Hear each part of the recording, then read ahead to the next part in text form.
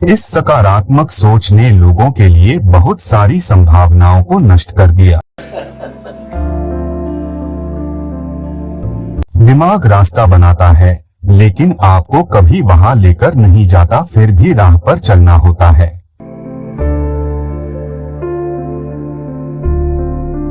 इस सकारात्मक सोच ने लोगों के लिए बहुत सारी संभावनाओं को नष्ट कर दिया। सकारात्मक सोच इस तरह से है। एक कविता है, सकारात्मक सोच रखने वाले ने लिखी हुई है।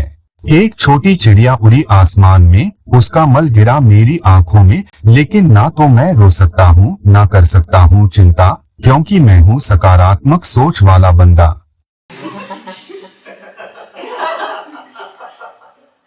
भगवान का शुक्रिया और करता हूँ प्रार्थना कि भैंसों को ना सिखाना उड़ना।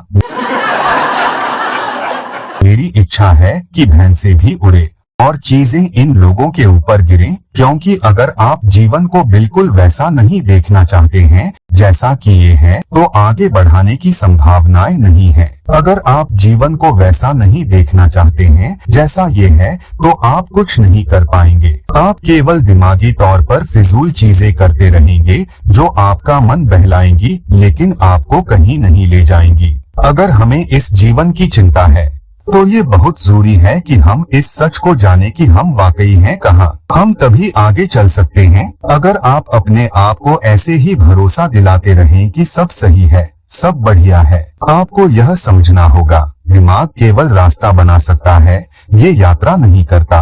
अभी आप जाना चाहते हैं कहाँ? आप किसी मनचाही जगह जाना चाहते हैं, ये जहाँ भी हो, आप कहीं भी जाना चाहें, पहले आप मन में सोचते हैं, अच्छा मैं वहाँ जाना चाहता हूँ, योजना पैसा ये वो बहुत सी चीजें, तो दिमाग रास्ता बनाता है, लेकिन आपको लेकर कभी नहीं जाता है। अब भी आपको रास्ता चलना होता है। तो अगर आप यहाँ बैठकर भगवान के बारे में सोचते हैं, स्वर्ग के बारे में सोचते हैं, अध्यात्म के बारे में सोचते हैं, आत्मज्ञान के बारे में सोचते हैं, ठीक है, यह रास्ता बनाता है। लेकिन इससे फर्क नहीं पड़ता है कि अगर आपने बहुत नायाब हाईवे बना रखा हो, जब तक आप यात्रा नहीं करते तब तक आप वहां नहीं पहुंचते। आपके पास सबसे अच्छा हाईवे है, लेकिन आपने यात्रा नहीं की, और क्या?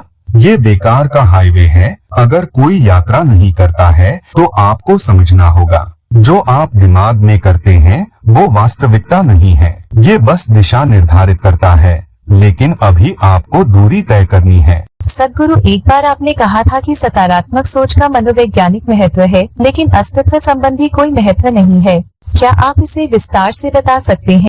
मुझे लगता है पुनर्जागरण काल के दार्शनिकों ने कहा है, मैं सोचता हूँ इसलिए मेरा अस्तित्व है। तो आपने विचारों को इस तरह का महत्व दिया है, लेकिन आप मुझे बताएं, आप अपनी साधारण समझ से मुझे बताएं, क्या सच है? क्योंकि आपका अस्तित्व है, इसलिए आप सोचते हैं। देखिए, इन संस्कृतियों में निश्चित रूप से आपने विचार प्रक्रिया को बहुत ज्यादा महत्व दिया है, बहुत ज्यादा।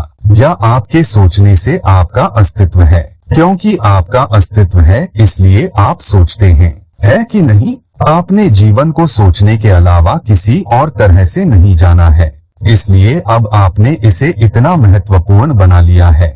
अब मेरे लिए कोई विचार नहीं है। अगर मैं यहाँ ऐसे ही बैठ जाता हूँ, मैं यहाँ पर दिमाग में एक भी विचार के बिना बैठूंगा, इसका मतलब यह है कि मेरा अस्तित्व नहीं है।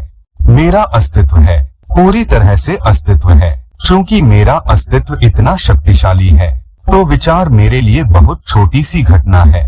मेरे विचार मेरे जीवन में एक छोटी सी घटना है। मैं सोच सकता हूँ, ऐसा नहीं है कि मैं सोच नहीं सकता, फिर भी ये बहुत छोटी घटना है, क्योंकि मेरा अस्तित्व मेरे विचारों से बहुत बहुत ज्यादा बड़ा है। अभी लोग अपने विचारों को अपने अस्तित्व से बहुत ज्यादा बड़ा बनाने में लगे हुए हैं। विचारों को इतना महत्व देकर जीवन को देखने का बहुत बीमारू नजरिया है। शुरुआत में यह आपको रोमांच देगा, क्योंकि आप विचारों से कुछ नई चीज बना सकते हैं। अगर आप एक शक्तिशाली विचार पैदा करें, आप कुछ चीजें कर सकते हैं। आप दूसरे लोगों और परिस्थितियों पर विशेष नियंत्रण रख सकते हैं। ये आपको अच्छा महसूस कराएगा, लेकिन ये जीवन का परम समाधान नहीं है।